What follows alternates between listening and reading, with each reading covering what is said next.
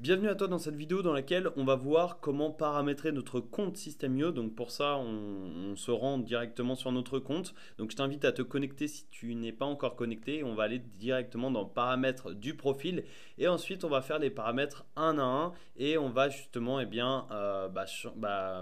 paramétrer tout simplement notre compte. Donc là, c'est très simple. Paramètres du profil, prénom, nom de famille, téléphone, adresse, ville, code postal, choisir un pays. Donc tu vois, c'est vraiment des informations classiques. Ensuite, ton numéro de SIRET si tu es déclaré auto-entrepreneur ou si tu as une société, une entreprise, etc.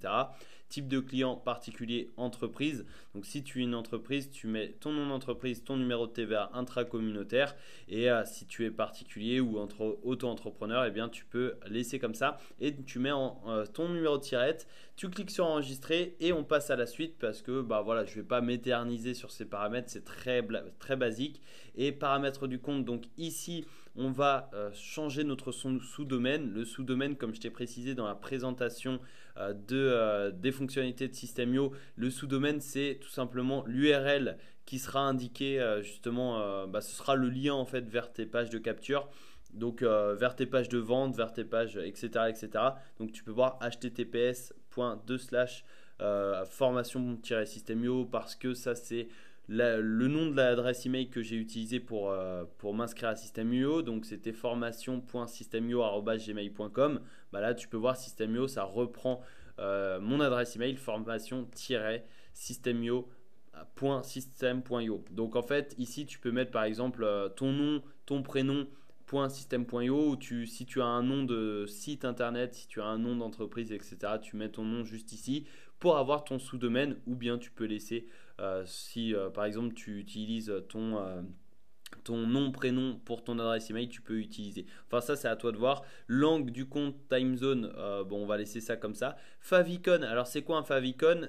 Tu t'as simplement à aller voir sur le petit point d'interrogation. En fait, c'est favicon utilisé sur toutes les pages. C'est tout simplement la petite image qui s'affiche en haut, enfin, c'est-à-dire que tu as l'URL, et bien c'est tout simplement la petite image. Tu vois, si par exemple on met créer un business en ligne, si on recherche justement créer un business en ligne, eh bien, on va avoir des résultats et tu peux voir le favicon, en fait, c'est la petite image qui se trouve à côté de ton nom de domaine. Donc ici, tu peux voir, tu as des petites images et ça, c'est tout simplement le favicon. Donc c'est un détail, mais voilà, je t'invite vraiment à mettre ton logo en favicon. Ça fait toujours plus professionnel, donc tu as les formats autorisés, PNG, JPG, GIF, JPEG, etc. Ça fait toujours pro, c'est pas obligatoire, mais je te le conseille quand même. Format des dates, voilà, est-ce que tu veux que ce soit jour, mois, année ou mois, jour, année, le francophone ou anglophone entre guillemets, mais voilà, format des dates. Ensuite ton abonnement, donc ça c'est ton abonnement. Passerelle de paiement, là tu vas pouvoir connecter ton compte Stripe ou ton compte PayPal. Donc je t'invite à le faire. Si tu cliques sur le bouton connecter votre compte Stripe, ça va te ramener sur Stripe et PayPal, ça va te ramener sur PayPal. Donc en fait ça c'est obligatoire si tu veux encaisser tes clients, si tu veux vendre des formations en ligne, des e-books, etc. Donc il va falloir justement connecter ton compte Stripe ou PayPal ou les deux. Et ensuite on va aller dans paramètres des emails puisque passerelle de paiement, c'est-à-dire la connexion de Stripe ou PayPal, on verra ça dans une prochaine vidéo. Et ici dans cette vidéo c'est vraiment les paramètres. Donc là paramètres des emails, eh bien tu as justement différents paramètres à mettre. Ici tu peux voir System.io te dit important pour améliorer la délivrabilité de vos emails, veuillez authentifier le nom de domaine à l'adresse email que vous utilisez pour envoyer des emails. Donc en fait, si on ouvre ça dans un nouvel onglet, on a une page d'aide. Donc comment mettre en place l'authentification de votre nom de domaine. Tu as simplement à suivre ces étapes, mais voilà, c'est vraiment très simple. Donc là, on a sur OVH, mais après tu as différents noms de domaine. Enfin, si ton hébergeur c'est pas OVH, tu peux suivre les mêmes étapes avec justement O2 Switch, Yonos, etc. etc. Et ici, donc, il te faudra un compte System.io et un nom de domaine. Et je préfère te préciser, il te faut au moins l'offre webinar ou entreprise. Tu ne peux pas le faire avec l'offre classique à 27 euros. Donc voilà, si tu débutes, c'est pas obligatoire, mais si tu commences à avoir vraiment une bonne base de contacts et si tu commences à générer des revenus, je te conseille vraiment de passer sur la webinar pour augmenter ta délivrabilité et ça te permet voilà, d'être beaucoup plus d'être beaucoup plus serein dans ton business puisque tu auras une meilleure délivrabilité, c'est-à-dire qu'il y aura un maximum de personnes qui recevront tes emails et qui pourront notamment les ouvrir, cliquer, acheter tes offres ou acheter des offres en affiliation, etc. Donc ici, tu as le double opt-in. Tu peux modifier l'email de confirmation en cliquant ici. C'est-à-dire que tu peux justement confirmer l'inscription. Tu peux demander à la personne de confirmer ton inscription. Alors pourquoi c'est intéressant? Tout simplement pour justement améliorer, enfin pour être sûr que la personne entre une bonne adresse email. C'est-à-dire qu'il y a des personnes qui pourront entrer des adresses email entre guillemets poubelles pour recevoir ton e-book, etc. Donc là, tu peux voir le double opt-in ajoute une étape supplémentaire au processus d'inscription par email, demandant à un utilisateur de vérifier son inscription par email et confirmer son inscription. Donc ça peut être intéressant, c'est pas obligatoire. Ensuite, adresse email de l'expéditeur des emails. Donc ici, tu peux voir, on a pris justement notre adresse email sur laquelle on s'est inscrit. Donc ça, c'est la même adresse email avec laquelle je me suis inscrit sur System.io. Et le truc, c'est que il va falloir justement avoir une adresse mail professionnelle. Donc tu vois, si tu as une adresse gmail.com, ça ne va pas fonctionner. Tu ne pourras pas envoyer d'adresse avec, tu ne pourras pas envoyer d'email avec System.io parce qu'il te faut une adresse email professionnelle. Donc comment tu le fais? Voilà, tu vas sur Yonos et comme ça tu peux acheter une adresse email professionnelle pour vraiment peu cher. Ou bien si tu as un autre hébergeur, si tu as un compte justement, si tu as un nom de domaine chez O2 Switch, chez OVH, etc. Généralement, tu peux avoir des noms de domaine. Donc le moins cher pour moi, c'est Yonos. Tu peux voir ici, si tu vas dans email, tu vas dans adresse email professionnelle. Tu as une messagerie professionnelle à partir de 1 euro TTC par mois, c'est-à-dire 1,20 €, donc 1 € hors taxe par mois, c'est-à-dire 1,20 € TTC. Donc comme ça, tu auras une adresse mail professionnelle et ça te permettra de pouvoir envoyer des emails avec System.io et surtout, ça passera justement plus, ce sera beaucoup plus, comment dire, ce sera beaucoup plus professionnel. Donc en fait, tu vois, au lieu d'avoir une adresse gmail.com, eh bien tu auras par exemple formation@system.io. Donc évidemment, tu ne pourras pas utiliser le nom de domaine System.io puisque c'est celui de l'outil. Mais par exemple, tu as, je sais pas, formation SEO succèsinternet.com. Si par exemple ton nom de domaine c'est succèsinternet.com, voilà, tu pourras mettre quelque chose avant et ensuite succèsinternet.com. Donc ça, c'est justement ton adresse mail professionnelle. Mais voilà, je vais par exemple mettre contact @succèsdigital.com. Donc ça, c'est mon adresse mail professionnelle, ça c'est mon nom de domaine professionnel et donc j'ai créé une adresse mail professionnelle avec contact mon nom de domaine, donc succèsdigital.com. Nom de l'expéditeur des emails, tu peux mettre Alexandre Dinomet. Donc ça, c'est mon prénom et mon nom. Évidemment, tu mets pas le mien, tu mets le tien. Tu mets ton nom et prénom. Moi, je vais mettre mon prénom, mon nom. Tu peux également mettre ton nom d'entreprise. Ça, c'est comme tu le souhaites. Mais voilà, c'est toi qui vois. Je te conseille de mettre ton prénom et ton nom. Donc pour ma part, je vais mettre le mien. Et ensuite, adresse email favorite, enfin adresse électronique favorite pour l'envoi d'emails de test. C'est-à-dire que avant d'envoyer une newsletter ou pour tester tel ou tel email, tu vas pouvoir te l'envoyer à ton adresse email. Donc ça, c'est celle que j'ai utilisée pour m'inscrire à System.io. Tu peux utiliser une autre, tu as simplement à la changer juste ici, mais voilà, justement pour l'exemple, je vais laisser celle-là.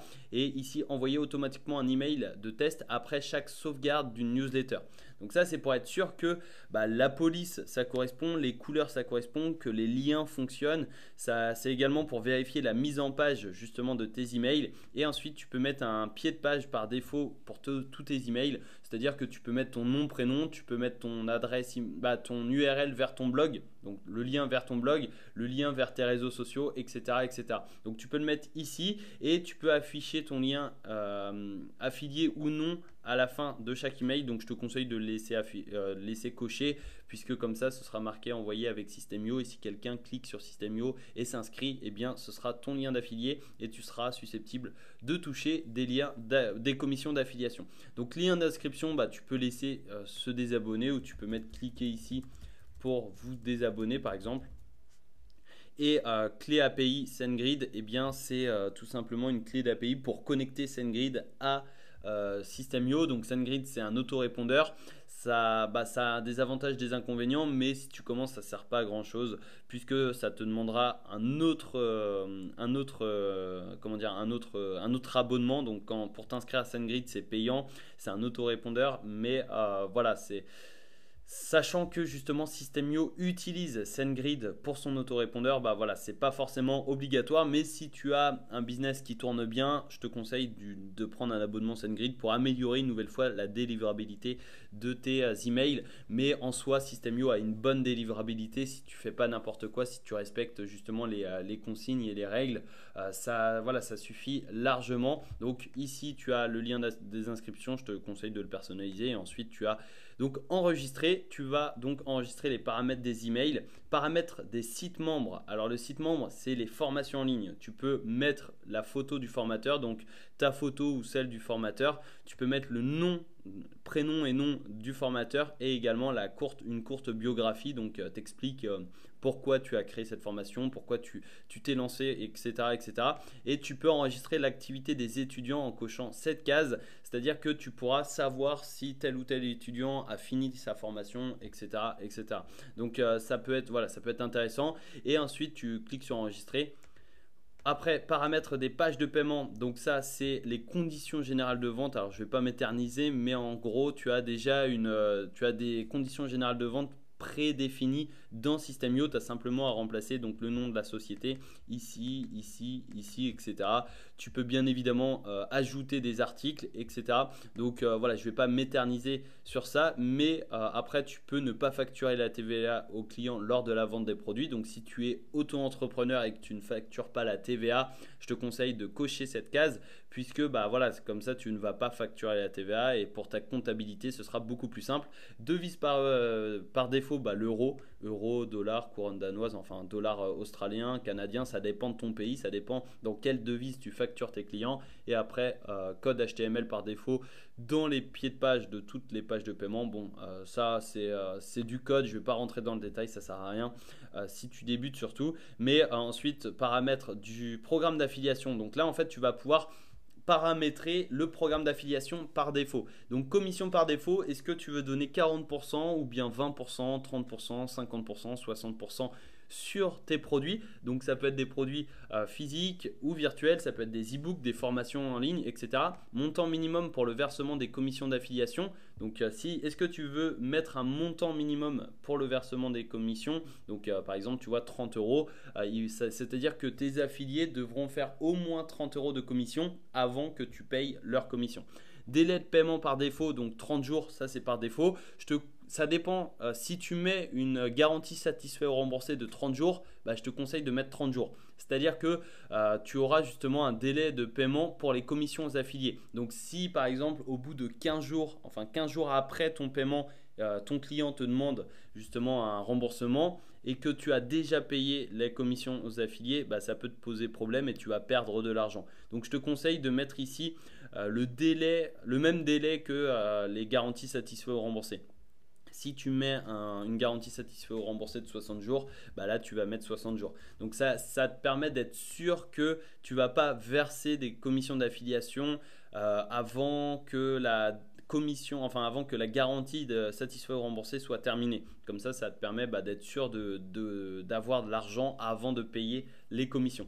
Ensuite, commission affiliée de second niveau. Donc ça, est-ce que tu veux créer un programme d'affiliation de second niveau? C'est-à-dire que les affiliés qui ont recruté une personne qui va faire ta promotion vont également toucher des commissions sur la promotion des affiliés. Donc ça peut paraître compliqué si tu n'as pas justement de commission affiliée. Mais voilà, ici tu peux donc mettre 0% si tu ne veux pas t'occuper et si tu ne veux pas te prendre la tête, je te conseille de mettre 0%.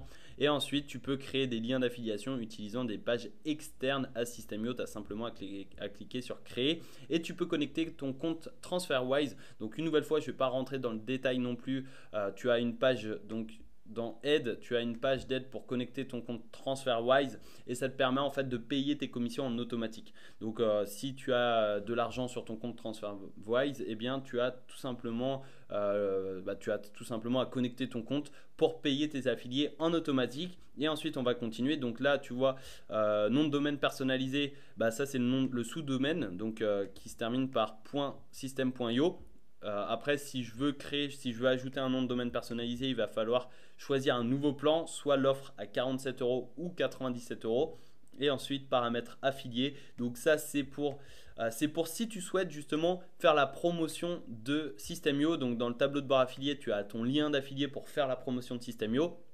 Et ici, tu vas pouvoir choisir soit PayPal ou soit par virement bancaire pour recevoir tes commissions d'affiliation du programme System.io. Donc ça peut être super intéressant si tu veux en faire la promotion et si tu veux rentabiliser ton abonnement. Et ensuite, paramètres des notifications. Donc, est-ce que tu veux recevoir une notification par mail à chaque fois que tu fais une vente comme vendeur? Est-ce que tu vas envoyer automatiquement les factures par email à tous les clients particuliers? Envoyer automatiquement les factures par email à tous les clients entreprises? Recevoir une notification par email à chaque fois que je fais une vente comme affilié? Recevoir une facture automatiquement pour tous mes achats, etc. etc. Donc ça dépend. Tu vois, par exemple, recevoir une facture automatiquement pour tous mes achats, ça peut être intéressant parce que si tu es professionnel, si tu as une société, etc., si tu veux faciliter ta comptabilité, ça peut être intéressant.